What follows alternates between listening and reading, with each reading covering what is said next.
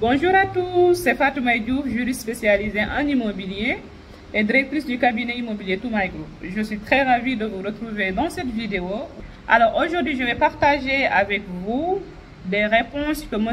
Seydina Omar Aldombeng, directeur de la promotion et des partenariats à la DGPU, c'est-à-dire la Délégation Générale des Pôles Urbains, c'est cette délégation-là qui se charge des pôles urbains de Diamniadio et du Lac Rose. Donc, dans cette vidéo, je vais vous transmettre des réponses qu'il a eu à donner lors d'un entretien avec des journalistes. Donc, c'est des questions du genre, est-ce que vous allez déloger les populations qui vivent au niveau du Lac Rose? Est-ce que ceux qui ont acheté dans cette assiette-là, qui a été immatriculée au nom de l'État pour abriter des aménagements touristiques, mais aussi d'habitation, est-ce que ces personnes-là seront inquiétées? Ça, c'est une question à laquelle le directeur a répondu. Je vais vous le transmettre, mais aussi, il y a des questions du genre, quelle est la date de réalisation de tous ces projets-là au niveau du Lac Rose? Et je sais que c'est des interrogations qui vous intéressent, parce que à moi, on en pose tous les jours.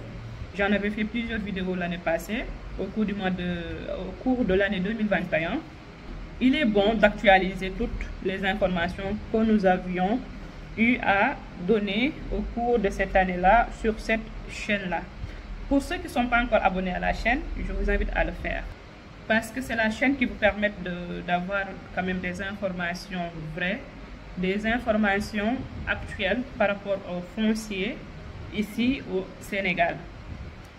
Donc, à la première question de savoir est-ce que les populations qui vivent dans l'assiette du pôle urbain de Lac Rose, c'est-à-dire les populations qui y vivent, telles que plusieurs villages, le village de Banoba par exemple, le village de Niagpol, le village de Kermarembeng, le village de Denigate, le village de Iwayambam, le village de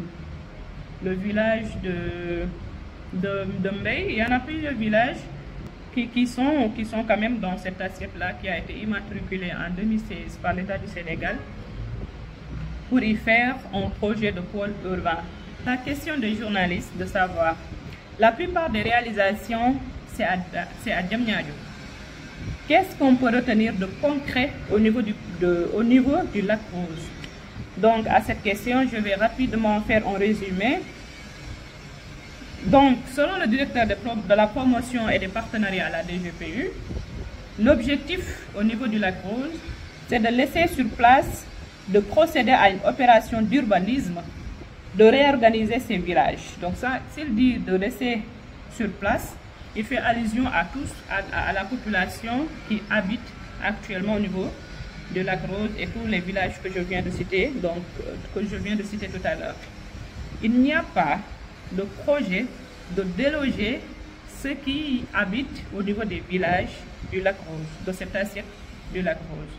J'en avais parlé, je le répète, d'après le directeur de la promotion et des partenariats à la DGPU, M.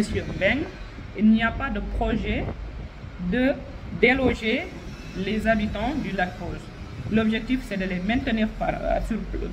maintenir, mais de prévoir des aménagements, parce qu'on sait que c'est un peu un fourre-tout. La zone manque quand même des plans directeurs d'urbanisme, la zone manque d'infrastructures de base telles que des routes, des hôpitaux, des écoles, peut-être un aéroport aussi, mais aussi des infrastructures hôtelières. Il y en a, mais il y a aussi d'autres infrastructures hôtelières qui sont prévues dans la zone, ce qui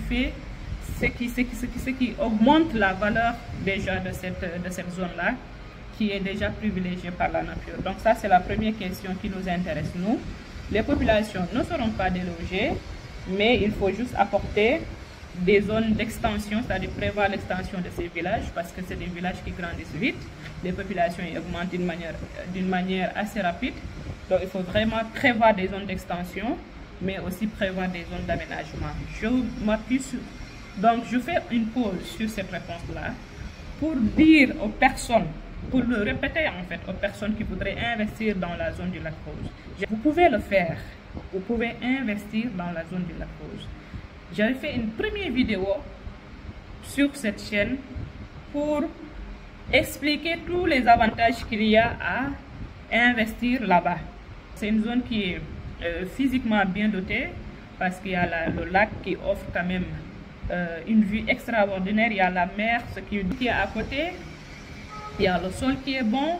C'est une excellente zone d'investissement. Et le directeur de la promotion et des partenariats à la DGPU vient de nous répéter que les populations ne seront pas inquiétées. C'est important aussi de savoir où investir dans cette zone-là. Si vous désirez acheter un terrain de la Cruz, faites de sorte que ça soit dans le village ou bien dans ces extensions-là. Si c'est hors de ces zones-là, votre investissement est aléatoire, votre investissement est risqué. Ça, c'est la première question. Maintenant, concernant le délai de réalisation de ce projet important, voici ce que le directeur répond. Nous sommes aujourd'hui en train de faire l'étude foncière d'état des lieux. Parce que pour lui, c'est important de connaître d'abord la situation foncière, de connaître les droits de chacun dans la zone, qui a un titre foncier, qui a un bail, qui a une délibération, de savoir les droits de chacun dans la zone, qui a quoi et qui n'a pas quoi. Ça c'est l'actualité de la zone. Ils sont en train de faire la situation foncière, ils sont en train de faire la situation de l'occupation des sols avec un cabinet qu'ils appellent BET, avec un cabinet spécialisé dans ce domaine-là qui s'appelle BET, B-E-T.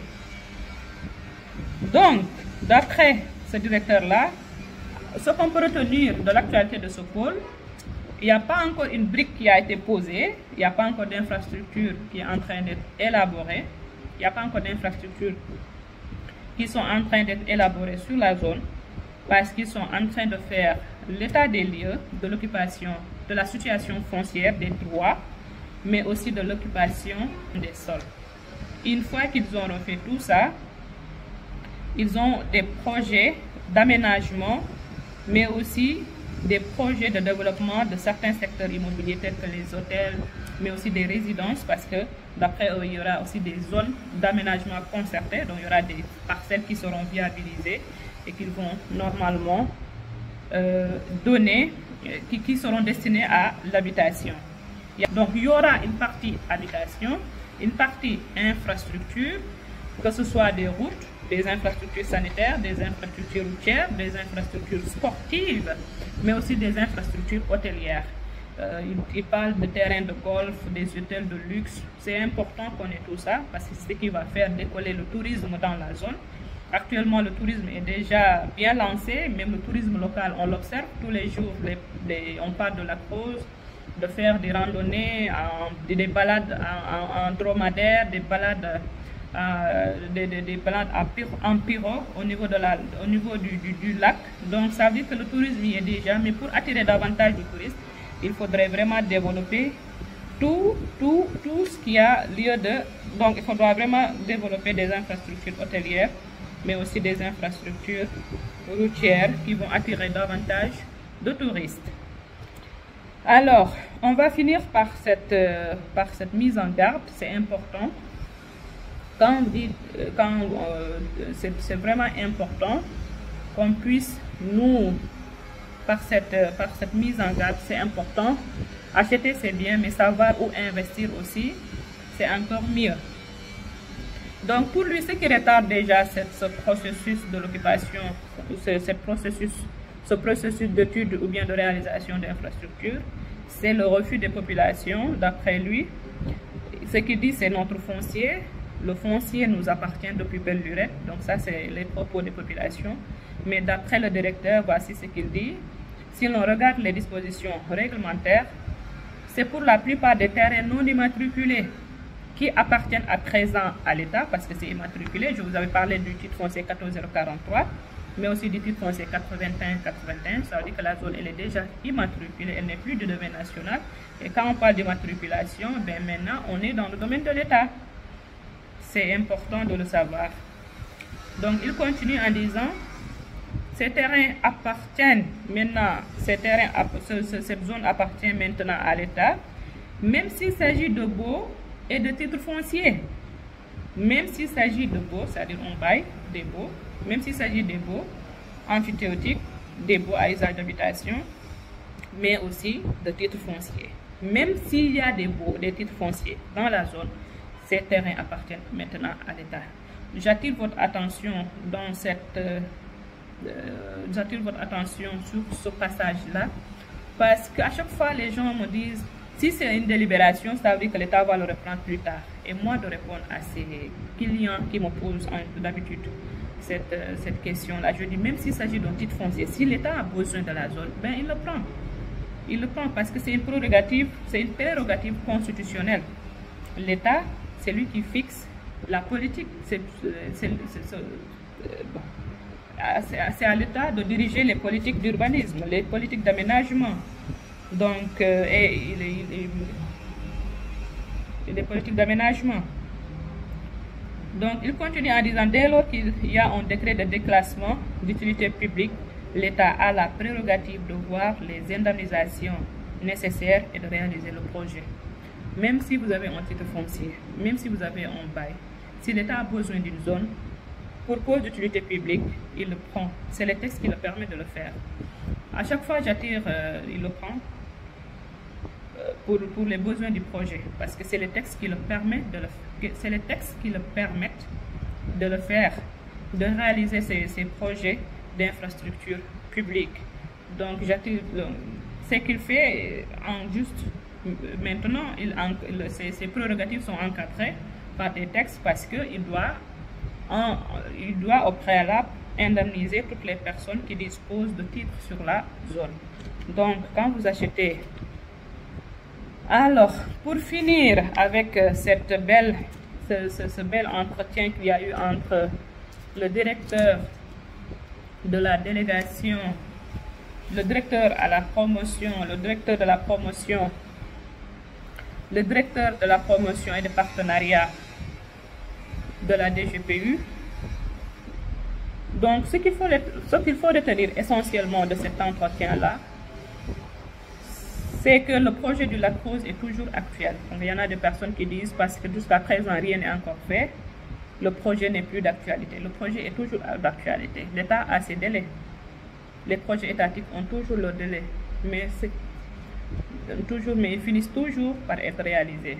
Donc, retenez que la zone du lac Rose, c'est une zone immatriculée au nom de l'État qui a prévu des infrastructures sur place, mais qui a prévu de maintenir les villages qui sont dans la zone et de prévoir des aménagements pour ces villages-là ainsi que des extensions. Si vous et moi désirons acheter dans cette zone, cherchons à acheter dans les villages, mais aussi dans nos extensions. Et vérifions d'abord avant d'acheter. Vérifions d'abord